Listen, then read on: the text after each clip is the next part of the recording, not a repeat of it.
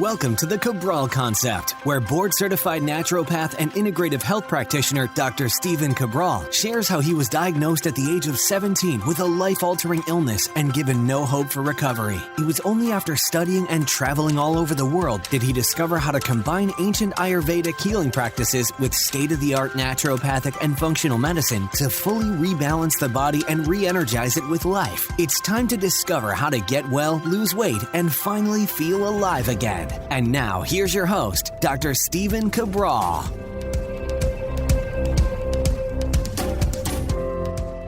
Hi, everyone, and welcome back to the show. We're here today with our Total Wellness Tuesday topic, and that is going over how foods, medicine, and specific nutrients affect methylation. Now, this is a follow-up show to last week's episode, number 1621, with the question being, are you over or under methylating? And if you don't know, I absolutely do recommend tuning into that show because I take you through the specific symptoms. So if you've never done a genetic test before, if you've never looked for specific markers, after listening to that show, you'll have a much better idea which category you fall into, the over-methylation or the under-methylation, since about somewhere between 30 to 60% of the population, maybe even up to 70%, have issues with methylation. And that can lead to psychological-based issues. It can lead to mood-based disorders. It can lead to premature aging. It can lead to a lack of energy, a detox pathways breakdown, and so much more. So just a quick intro again to methylation is what we are looking at is your body's ability to turn on and off DNA-based sequences. So it really does affect everything in the body and how the body functions, with probably the biggest markers being around mood and mind. So that's an enormous part of it. So many people dealing with anxiety and worry and nervousness and panic-based disorders, yet they've never looked into, are they over or under methylating? And so that's an important part of this. It really is. Mental health is a big part of looking at what's going on in your gut and what's going on with your overall chemistry. So the other part would be overall aging. So if you find yourself, having maybe some fuzzy thinking, some brain fog, just the clarity of mind isn't there, or your energy is starting to dissipate a bit, or you're starting to look like you're aging faster, well, that's a big factor to look at. I'll talk about some of the blood work in just a moment, but those two things, basically kind of mood, mind and mood, and then body, how they work together. And if you just kind of see yourself breaking down faster, again, this can be part of that methylation-based issue. I've found, though, in our industry, in the functional medicine-based industry, we often talk about methylation as something more complex than it is because, so the truth is this, when you look at it from a biochemistry and a physiological perspective, it is complicated, okay? And maybe I'll do an advanced show on that, talking about how tyrosine and tryptophan are used, how things are converted to methionine and SAMe. I don't know. Maybe I will. If there's a call for it, I'm happy to do that. But what I want you to know, though, is although the biochemistry can be a bit complex, to figure it out, not that complex. And then what to do about it in order to correct it is not complex. So the actual methylation process is complicated, but the ability to assess it and the ability to rebalance it is not difficult. And that's what this show is all about. Let me worry about all of the research and the complicated biochemical and biophysiological based responses. What I want to do is not make this your day job. I want you to be able to take action items from the show, to have the knowledge to know why you might be doing this in the first place, but then absolutely what you can do. I don't want to present you with all sorts of possibilities of poor health and what could be going wrong and not let you know, well, these things are correctable. So whatever you're dealing with right now, even with a child, learning-based issues, mood issues, temper, bedwetting with a child, look at methylation. It's a big factor to look at. So I went over last week, episode 1621, the different symptoms. So to check that out, simply go to stephencabral.com/1621. Maybe you want to listen to that show, then come back to this one. Either way, it's okay. They're standalone shows. So today what I want to go over right out of the gates is essentially how is or are our methylating factors thrown off. And part of it is through, why don't I go through the medications first? Because we know there's a lot of people right now on certain medications that actually affect their body's ability to methylate. And essentially that means that it's affecting their body's ability to age healthier. That's really what it is. So then you get the convex of that, or you get the opposite of that, which would be more fast, or I was going to say faster aging, but I didn't want to scare anybody, but that's really what it is. You're just aging at a faster rate. Your body's oxidizing at a faster rate. And you also get more inflammation in the arteries, and we refer to that as higher homocysteine levels, which you can ask for your PCP to actually run. I'll give you some of those in just a bit, but homocysteine is absolutely one of those markers you can see to see if you need more folate, more B12 in the diet, and more methyl donors, giving it all away, such as betaine or what's called trimethylglycine.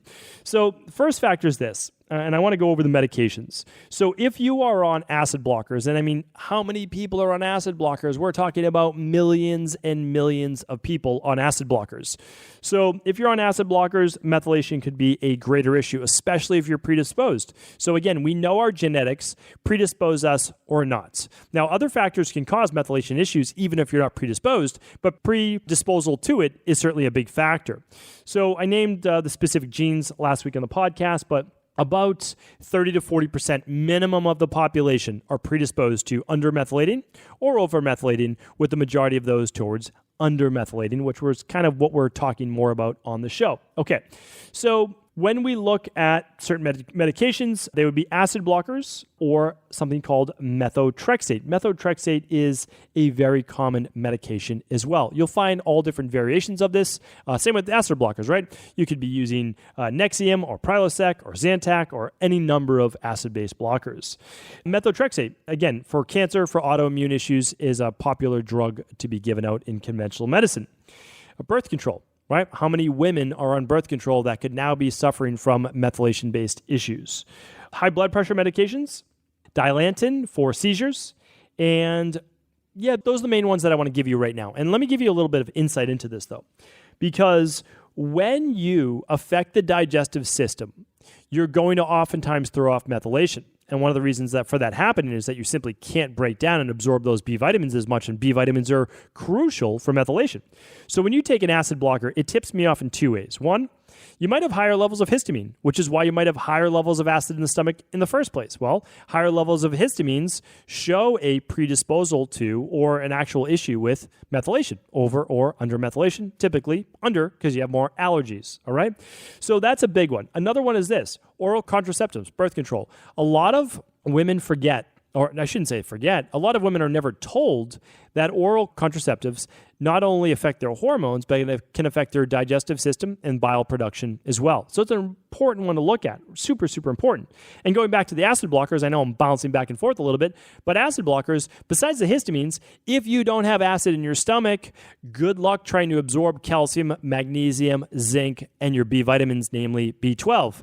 And if you look at all of those nutrients, which I will get to, are needed for the methylation process. So acid blockers hurt you essentially in two ways. One is they're lowering a symptom, potentially histamines, that you need to be able to correct.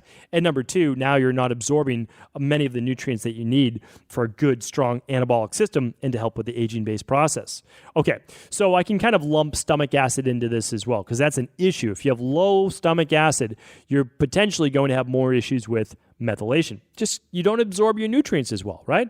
And that is why I tell people I'm the biggest advocate of a whole food diet. You need a whole food diet. Whole food comes first. But most people need a little bit of supplementation. And that's because their digestive system isn't where it should be. Simply they have too much stress in their life, too many antibiotics in the past, acid blockers, you name it, can all affect digestion. Okay. So those are our medications. That's what I want to talk about. Secondary to that, a lot of people with lower thyroid issues, so like hypothyroidism, and sometimes kidney-based issues, all are undermethylators. Not undermethylated always, but they're having issues with methylation. When you have issues with your thyroid, you begin to slow metabolic processes. But also, it's an insight as to why you might have low thyroid in the first place. And that will bring me to toxic-based exposures. Remember, a lot of people have lower thyroid, lower metabolic rate because of toxicity. It's not just heavy metals. A lot of times we like to link hypothyroidism or low thyroid. All hypo means is low. Hypotension in terms of low blood pressure, hypoglycemia, low blood sugar, or hypothyroid is simply low thyroid. It's just putting a fun little prefix in front of the word. Okay, so we've got hypothyroidism. Well, if you have toxicity, yes, mercury, bromides, cadmium, etc., all of those things can lead to thyroid-based issues. But also toxicity can as well. or an abundance of stress hormones, catecholamines, such as cortisol, and mineral corticoids, such as aldosterone. All can throw off mineral levels in the body. They can put the body more into fight or flight, and that can begin to slow your thyroid. And when you have a slower thyroid, what can happen is then you have a lowered metabolic rate. All of that affects methylation as well. Again, you can start to see how there's never any one thing. People always ask, like, well, what's the one thing to heal low thyroid? Well, I don't know what the one thing is. There's no one thing, but there's about a dozen different things it could be. And so what my job is, and the job of a lot of those who do this type of work, is to find out what is the underlying root cause of this. And you'll often find that it's two or three things. It's not typically one thing. But when you can start to look at these, for example, toxic exposure, let's go over some of those. Toxins absolutely do affect your body's ability to use B vitamins. It uses up a lot of glutathione in the body. So for example, you're exposed to plastics, you're exposed to paint fumes, you're exposed to different types of cosmetics and hairsprays. What else could you be exposed to? Car fumes, you're on the train, diesel, et cetera, et cetera. I mean, there's over 77,000, right? So over 77,000 man-made chemicals. And when you're exposed to them, your body has to get them out of the body. So it begins to use up larger amounts of what? Methyl donors. That's a big part of it. Your B vitamins, it's going to use your zinc, it's going to use magnesium, it's going to use vitamin E, it's going to use vitamin C, it's going to use all your sulfur-based amino acids. So they get used up faster. So the more toxins you're exposed to, the worse off you're going to be in terms of methylation, which means, again, faster aging, lower mood, poor energy. So again, it's not one thing. It's a multitude of factors, which is why you need a whole de-stress protocol. You can't just work on one thing, right? Diet, exercise, stress reduction, toxin removal, rest, emotional balance, supplement protocol, success mindset. That's the de-stress protocol. I write about it in the Rain Barrel Effect. But it's also why when you go to a practitioner and they give you one thing like acupuncture, you know that I'm a huge advocate of acupuncture or different types of active release. I talked about it, I think I talked about it last week, right? Let's see if I can find the show for you. It was on episode 1616, 2 weeks ago. How to create your own health coach team. You need that, or your health team. I shouldn't say health coach, your health team. You need all of those people. But if you're trying to fix low thyroid through acupuncture alone, it's going to be an uphill battle. It really is. It's going to be an uphill battle. Because that acupuncture is not going to put new nutrients back in your body. And it's not going to take as many toxins out. Can it help with all of those things? Absolutely. Absolutely. I mean, I spent time in China, in a traditional Chinese hospital, learning a lot. But I also realized when I was there at this traditional Chinese medicine hospital, studying under some brilliant doctors there, they didn't just use acupuncture. They were using herbs. They were using, over there, because it's a little bit more, it's Western and TCM meat, which is, really, really nice. I mean, they're doing x-rays. They're doing it all over there. Meaning at this particular clinic that I was at, even though it was TCM based, which is supposed to be just what? Acupuncture, herbs? No, so much more than that. But that's how you do it.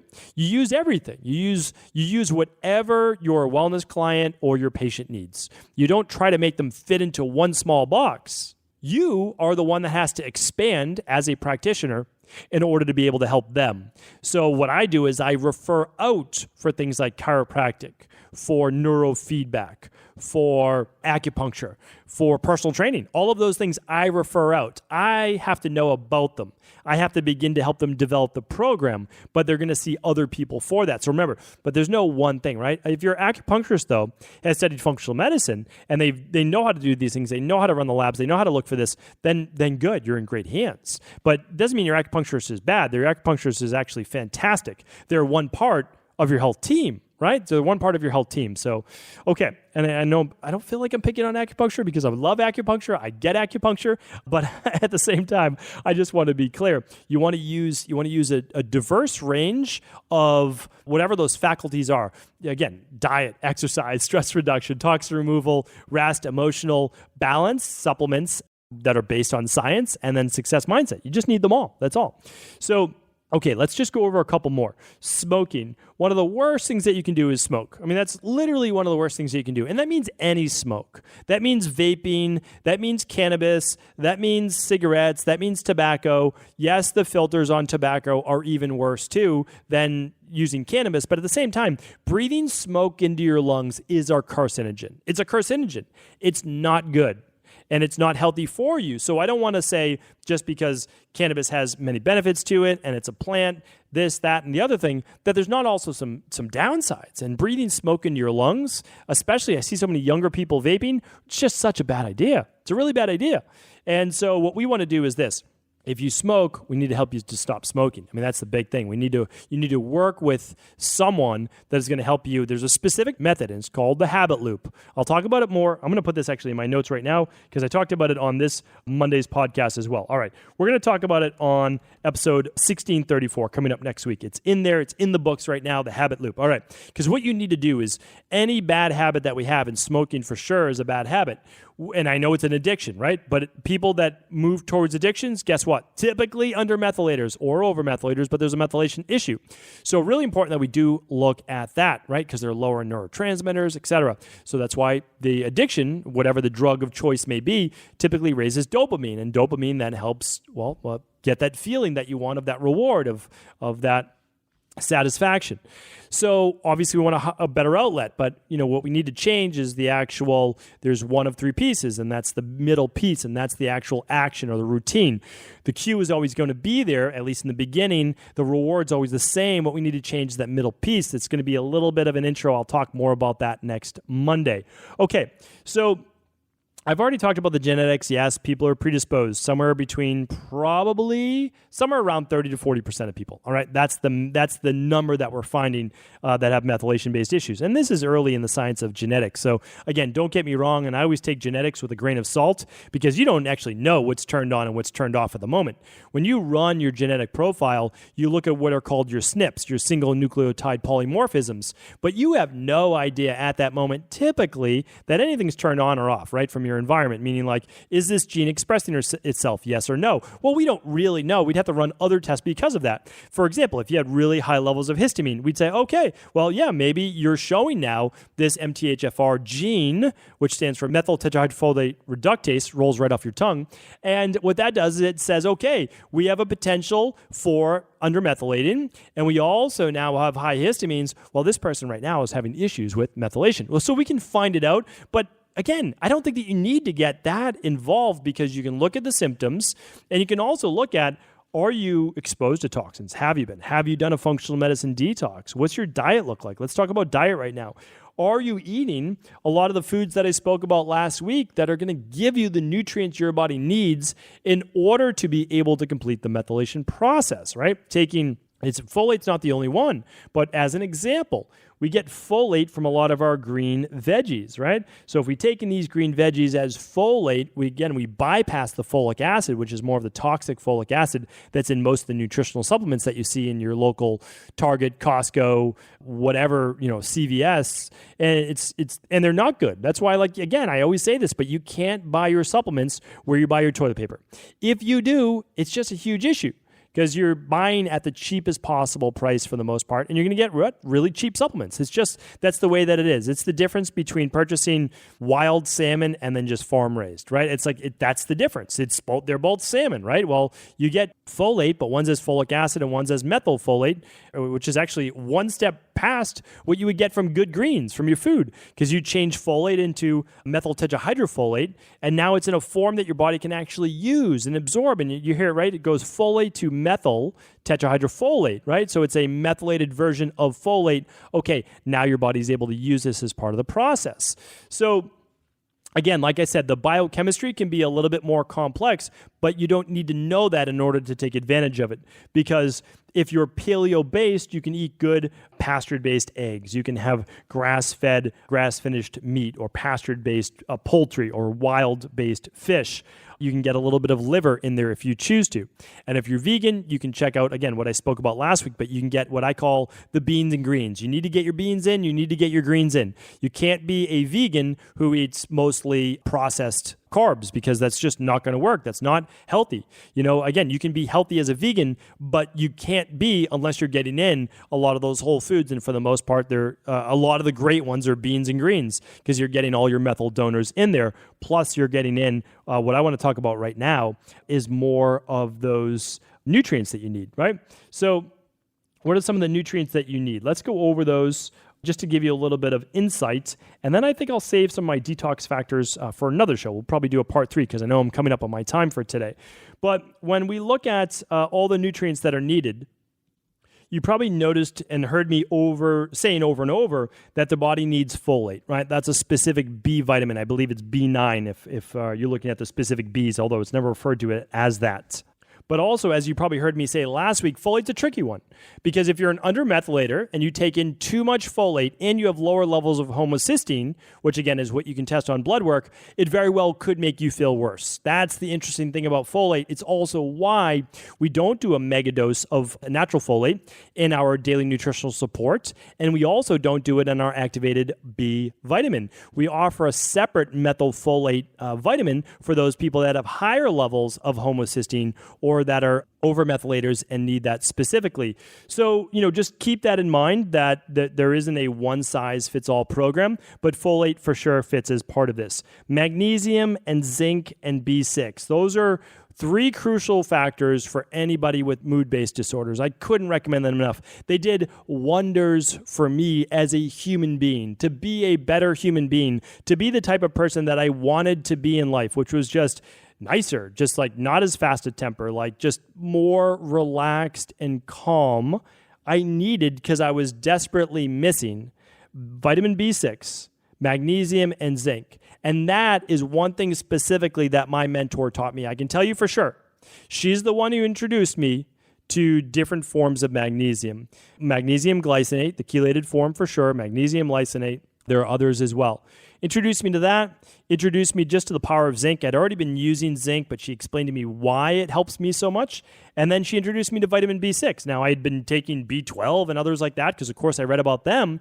But paradoxal 5-phosphate, P5P, she introduced me to that functional medicine-based version of it when I hadn't studied yet functional medicine. And she put me on those and a few other things. I mean, I want to say life-changing because that's kind of what it was. It was that way when I got the right dosage of nutrients into my body. I was just better able to control my thoughts. That's it. I wanted, and of course I was that way, but I didn't stick all the time. So I did these things and it allowed my body then to actually have the nutrients that it needed to act the way that I wanted to, that I was trying to, that is just trying to be better, right? And so those things were tremendous. B12, of course. When I met my mentor too, I also went on a higher dosage of B12 as well for a period of time. And again, this is for a period of time. Doesn't mean a lifetime, but it means a period of time.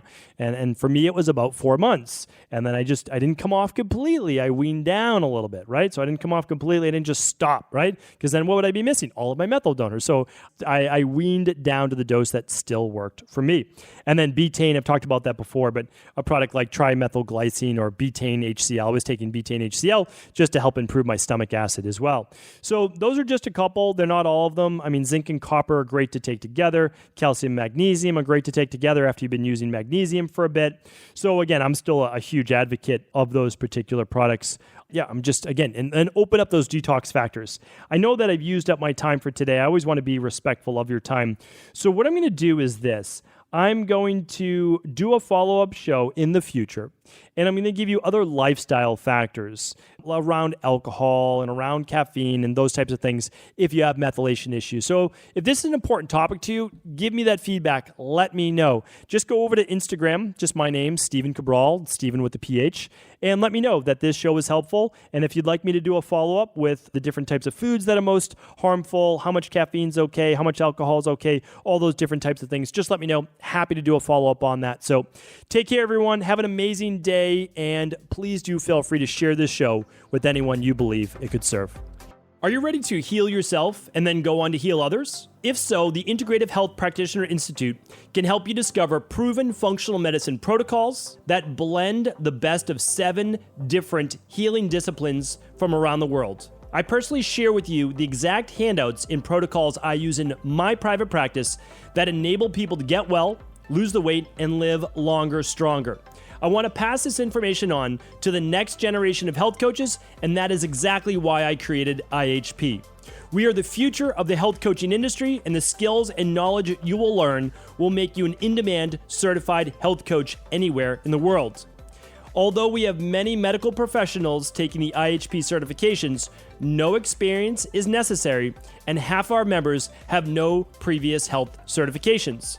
At the Integrative Health Practitioner Institute, our motto is a health coach in every home.